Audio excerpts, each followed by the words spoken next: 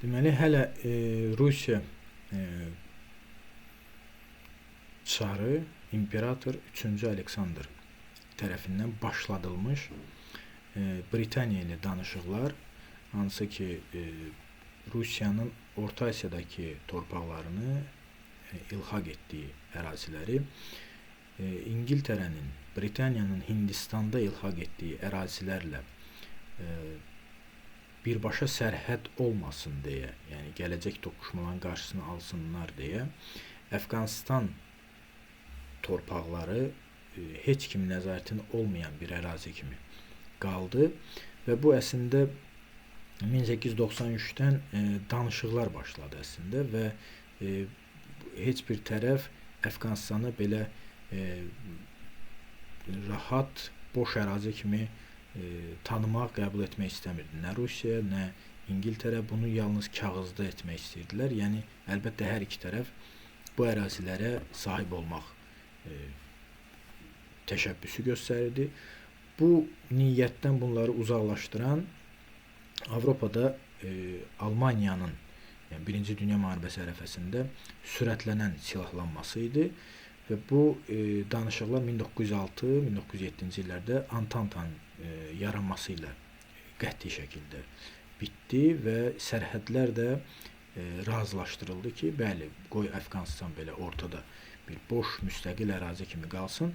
Nə Rusiyanın olsun, nə Britaniyanın. Hər iki tərəf məcbur oldu ki, Almaniyanın yəni meydanda bu diqqəti özünə cəlb etməyindən hər iki tərəf bu məsələdə tezbazar güzəştə getməyə meyilli oldu və Əfqanistan sərhədləri biz sərhəddən də açıq görə bilərik ki, düz Çinə qədər Rusiya ilə Pakistan, indiki Pakistan və Britaniya Hindistanı arasında bir zolaq kimi qalır ki, bu ərazilər nə Britaniya, nə Rusiya torpaqları bir-birinə sərhəd olmasınlar. Bu sərhədləri çəkəndə Puştun əhalinin müəyyən bir hissəsi Əfqanistanda, digər bir hissəsi Pakistanda qaldı və Puştunlar indiyə qədər bu Pakistanın şimal və yaxud şimal-qərb sərhədlərini qəbul etmirlər. Yəni, istədikləri vaxt, istədikləri kimi sərhədi keçib, poza bilirlər. Əfqanistana müasir dövrdə taliblərin nəzarət etməsində həm də Pakistanın özünün birbaşa əli var, birbaşa rolu var. Bu 79-da Sovetlər İttifaqının müdaxiləsi ilə Əfqanistanda Ruslar tərəfindən Duşmanı və yaxud Basmaçı kimi adlandırılan, deməli, Əfqanlar da yeri gəlmişkən yəni cihadçılar, mücahidlər Rusları Şuravi adlandırırlar. Yəni Ruslar deyəndə Sovet qoşunlarını Şuravi adlandırırlar, yəni kommunistlər. Bunlar arasında qanlı toqquşmalar başlayır. 10 ilə yaxın müddətdə deməli müharibə davam eləyir.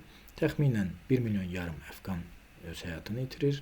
15-20 min arasında isə Sovet qoşunlarının itkisi qeyd olunur və bu mücahidlər logistik, yəni söykəndikləri baza kimi Vəziristan ərazisi, Vəziristan bir əyalətin adıdır. Pakistanın şimalında, şimal-qərbində Puştunların iddia etdiyi və yaxud Pakistanı orada qəbul etmədiyi bir ərazidir və həmin mücahidlərin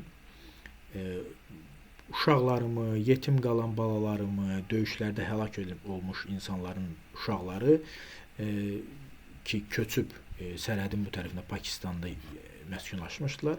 Əlbəttə, Amerikanın ciddi maliyyə dəstəyi ilə bu maliyyəni Amerika hardan təmin edirdi? Müxtəlif mənbələrdən və əsas mənbədə Səudiyyə Ərəbistan idi və digər ərəb ölkələri idi. Orada çadır məktəblər yaradırdılar.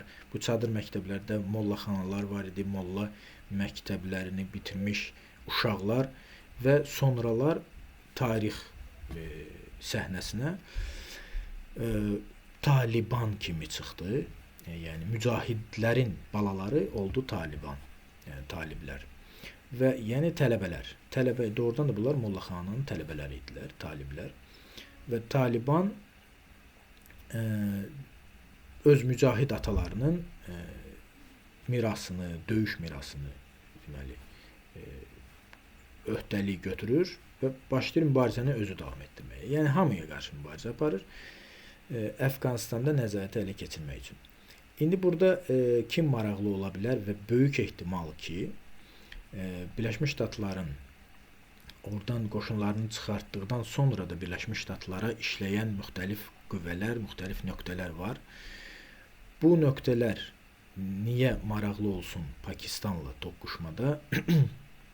Bu əsas birinci hədəf Çinin maliyyə, finansal ekspansiyasını qarşı durmaq, mane olmaq, stabil Taliban dövlətini ki, orada stabillik var, əlbəttə ki, bu stabilliyin pozulması ki, bu stabillikdən ən birinci istifadə edən Çin idi. Çünki Çin indi hələ ki, dünyaya müharibə ekspansiyası təklif etmir.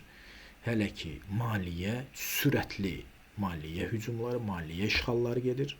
Demək olar, Afrikanı işğal edib, indi keçib Cənubi Amerikaya və Orta Asiyada Çinin təzyiqinə artıq davam gətirmək mümkün deyil.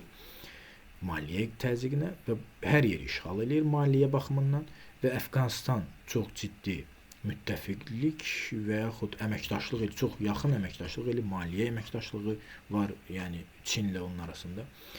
Və Pakistan da həmçinin Hindistana təzyiq vasitəsi kimi Çin üçün yəni əlverişli dövlət idi, indi də saymaq olar. Yəni və bu stabil Çinin xeyrinə olan stabilliyi, yəni məsələ onda deyil ki, insan hüquqları pozulur Əfqanistanda ya yox. Yəni Çində də pozulur, amma Çində də stabillik var. Yəni insan hüquqları pozulan ölkədə stabillik yoxdur deyə bir şey yoxdur. Yəni stabillik xarici kapitalın rahat gəlib ucuz işçi qüvvəsinə istifadə edib kapital yatırmasını gətirib çıxarır. Bu da Taliban hökumətinə sərf eləyirdi. Bundan Taliban hökuməti xeyir götürür. Və bunun qarşısını almaq üçün stabilliyi pozmaq, destabilizasiya yaratmaq Amerika Birləşmiş Ştatlarının bugün qarşısında dayanan məqsədlərdən, hədəflərdən biridir ki, nəyin bazına olur olsun, Çinin finansal ekspansiyasının qarşısını mütləq almaq. Çünki gələcəkdə bu hərbi təhlükəyə çevriləcək.